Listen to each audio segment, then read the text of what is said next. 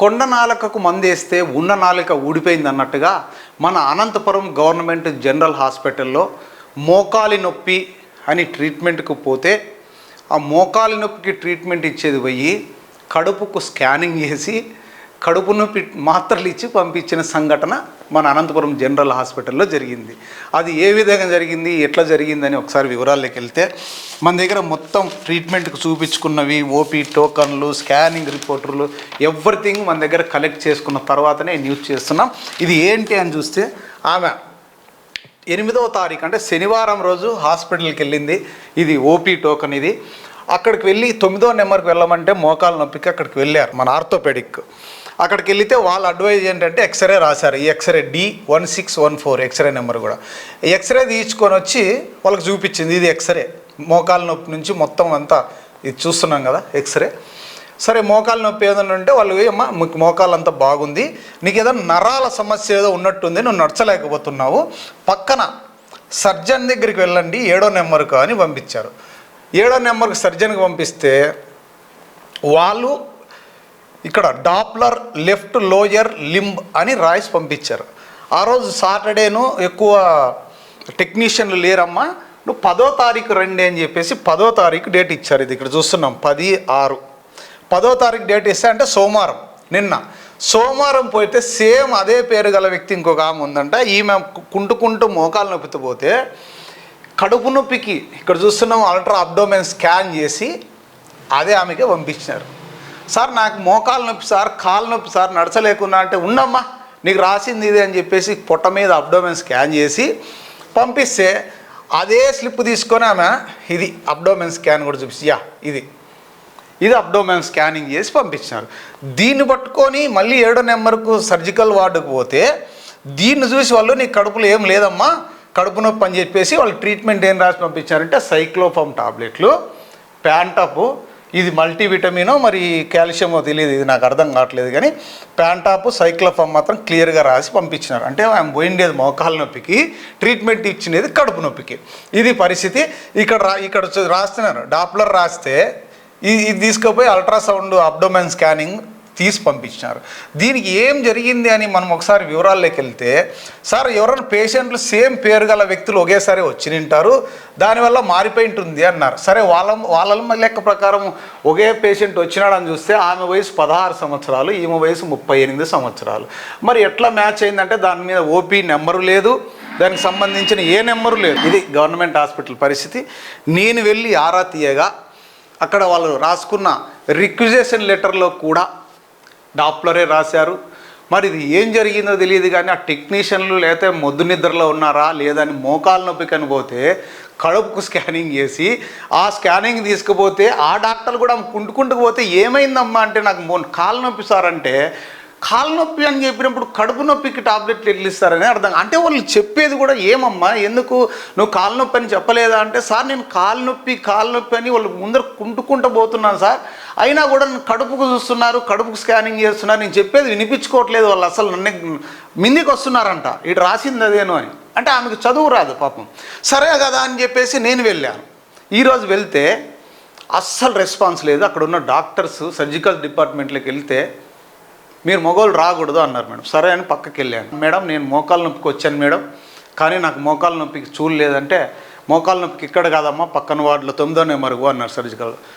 నేను మళ్ళీ పోయి కలగజేసుకొని మేడం ఆల్రెడీ 9వ నెంబర్కు సర్జికల్ ఆర్థోపెడిక్ దాంట్లోకి పోయారు, అక్కడ చూశారు, ఎక్స్రే తీశారు, అంతా బాగుంది, నరాల ప్రాబ్లం ఏమైనా ఉందేమో అని సర్జికల్ దానికి రెఫర్ చేస్తే మళ్ళీ మీరు స్కానింగ్ రాస్తే ఈ కలర్ డాప్లర్ రాసిన తర్వాత వాళ్ళు పొరపాటున పొట్టకు అల్ట్రాసౌండ్ స్కానింగ్ చేసి పంపించినారు.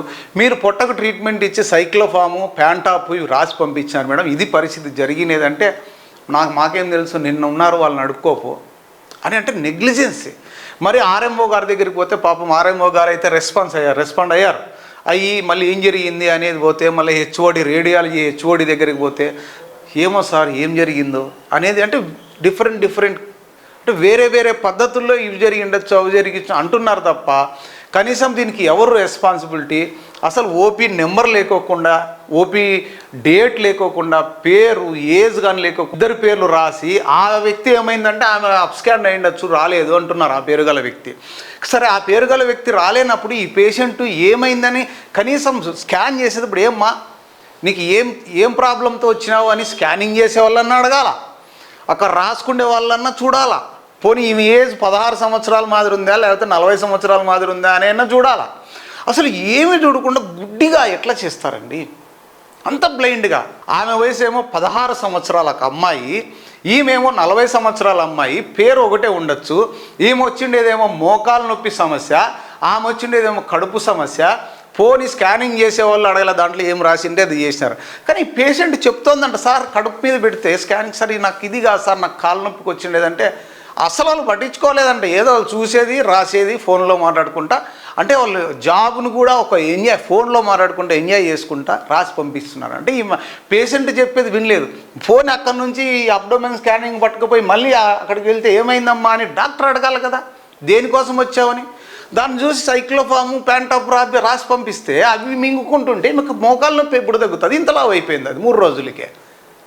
ఒకవేళ ఇదే సరిపోయింది, అదే సీరియస్గా ఏదైనా గుండె జబ్బులతో ఏదన్నా అయిపోయిందా, 2D ఎకోనో లేకపోతే ఇంకొకటి ఏమన్నా రాయిచ్చినంటే దాని బదులు పొట్టకు స్కానింగ్ చేసి పంపించినంటే ఆ గుండె జబ్బు ఎక్కిపోయి 2-3 రోజుల్లో చనిపోయే పరిస్థితి ఉంటుండే కదా పేషెంట్. దానికి ఎవరు రెస్పాన్సిబిలిటీ? అంటే ఈ చిన్న ఏముంది లేదు సార్ పేరు అసలు పేరు ఎట్లా మారుతుంది? అసలు సమస్య వేరు కదా. పోనీ ఇద్దరు సేమ్ కడుపు నొప్పికి వచ్చారు, ఇద్దరిది ఒకే పేరు ఉందంటే ఒకరు పొరపాటు అయ్యుండొచ్చు.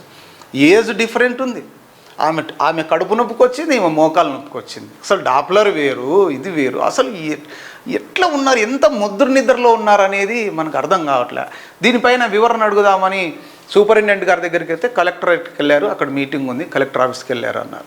సరేలే అని ఆర్ఎంఓ గారి దగ్గరికి వెళ్తే ఆర్ఎంఓ గారు పాపం స్పందించారు, ఫోన్ చేశారు, అక్కడ హెచ్ఓడి దగ్గరికి వెళ్ళమన్నారు. రేడియాలజీ హెచ్ఓడి దగ్గరికి పోతే నాకేం సంబంధం సార్, అక్కడ చేసిన వాళ్ళని అడగండి అంటారు. అక్కడ చేసిన వాళ్ళు ఎవరు, నిన్న వేరే వాళ్ళు వచ్చినారు సార్, ఈరోజు వేరే వాళ్ళు ఉన్నారు. అంటే ఒక్కరి మీద ఒకరికి నెపం వేస్తున్నారు తప్ప దీనికి సొల్యూషన్ ఏంటి, ఇది తప్పు జరిగిపోయింది సార్ అనేది లేదు. మళ్ళీ మధ్యలో టెక్నీషియన్ వచ్చి ఏదో సార్ మీ జర్నలిస్టులు అందరూ వస్తుంటారు, వాళ్ళు తెలుసు వీళ్ళు తెలుసు, ఇంకో 10 మంది పేర్లు చెప్పడం. అంటే నన్ను ఎప్పుడన్నా చూసావా అని అడిగాను. లేదు సార్ మిమ్మల్ని ఎప్పుడు చూడలేదని. నేను ఎప్పుడు రానయ్యా, నాకు కావాలన్నా కూడా ట్రీట్మెంట్ నేను వచ్చి లైన్లో నిలబడి ఆ టాబ్లెట్లకు కూడా లైన్లో క్యూలో నిలబడి తీసుకొని వచ్చే మనిషిని నేను ఏ రోజు వచ్చి నేను జర్నలిస్టును అని రుబాబు చేయలేదు. కానీ పేద ప్రజల్ని ఈ విధంగా సతాయిస్తే ఆమెను 2 రోజులు సతాయిచ్చారు చూడండి. ఫస్ట్ రోజు పోయినప్పుడు బాగానే చూశారు ఆర్తోలో, మళ్ళీ మండే పోతే నిన్న సతాయిచ్చినారు. ఆమె కాలు నొప్పి సార్ అంటే కడుపుకు చూసి కడుపుకు మాత్రలు రాసి పంపిస్తే ఆమె ఎవరితో చెప్పుకుంటుంది ఆ బాధ. నాకు చెప్తే నేను పోయి అన్నీ వెరిఫై చేస్తే మొత్తం రికార్డులు అన్నీ చూస్తే మొత్తం వాళ్ళ బండారం అంతా బయటపడింది. పేషెంట్ చెప్పింది వేరు, వాళ్ళు రాసిన ట్రీట్మెంట్ వేరు, మెడిసిన్ వేరు, ఎక్స్రే తీసినారు, కలర్ డాప్లర్ రాస్తే అబ్డోమెన్ స్కానింగ్ చేశారు. ఇది పరిస్థితి అనంతపురం జనరల్ హాస్పిటల్లో. కనీసం ఇప్పుడన్నా కూడా మారండి. ఇంకోటి ఏంటంటే పేషెంట్లు పాపం చదువురాని వాళ్ళు ఎవరన్నా వెళ్తే వాళ్ళ అమ్మడితో అటెండర్స్ వెళ్ళండి, లేదంటే మాత్రం అనంతపురం గవర్నమెంట్ జనరల్ హాస్పిటల్లో కనీసం వాళ్ళను పట్టించుకునే పరిస్థితి అయితే లేదని చెప్తున్నా. ఎవరో రికమెండేషనో లేకపోతే కొంచెం చదువుకొని గట్టిగా మాట్లాడితే తప్ప పేదల పట్ల కనీసం జాలి దయ ఇవన్నీ అస్సలు లేవనే చెప్పాలి.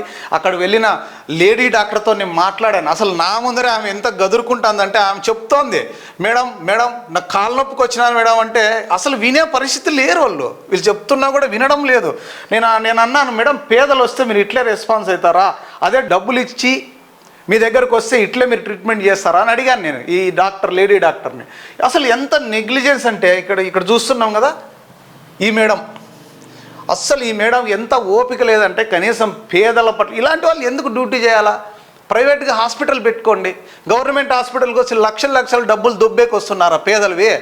పేదలన్నీ ట్యాక్సులు కడితేనే కదా మీకు లక్షల జీతం వస్తుంది. డాక్టర్ గారు నేను ఇదే చెప్పాను, మేడం మీకు ఇష్టం లేకపోతే రాకండి, ఇక్కడికి వచ్చేది పేదలే, గవర్నమెంట్ హాస్పిటల్కి వచ్చేది పేదలే, నిరుపేదలు వస్తుంటారు, వారిని కూడా చూసే ఓపిక మీకు లేకపోతే మీరు డ్యూటీకి మానుకోండి, మీ ప్లేస్లో వేరే వాళ్ళని వస్తారు. కనీసం సేవ చేసే కొంచెమన్నా మనసు ఉండండి మేడం, పేదలకు సేవ చేయాలనే మనసుతో రండి, లేదంటే ప్రైవేట్ క్లినిక్ పెట్టుకోండి. ఇలాంటి వాళ్ళని ఈ విధంగా సతాయిచ్చి పాపం ఆమె 3 రోజులు పెయిన్ ఎంత నరకం అనిపించింది తెలుసా? నొప్పి ఒకటైతే ట్రీట్మెంట్ ఒకటి ఇస్తారు, దీనికి ఎవరు రెస్పాన్సిబిలిటీ? ఇలాంటివి ఇంకా ఎన్ని జరుగుతున్నాయి అనేది మనకు అర్థం కావట్లేదు.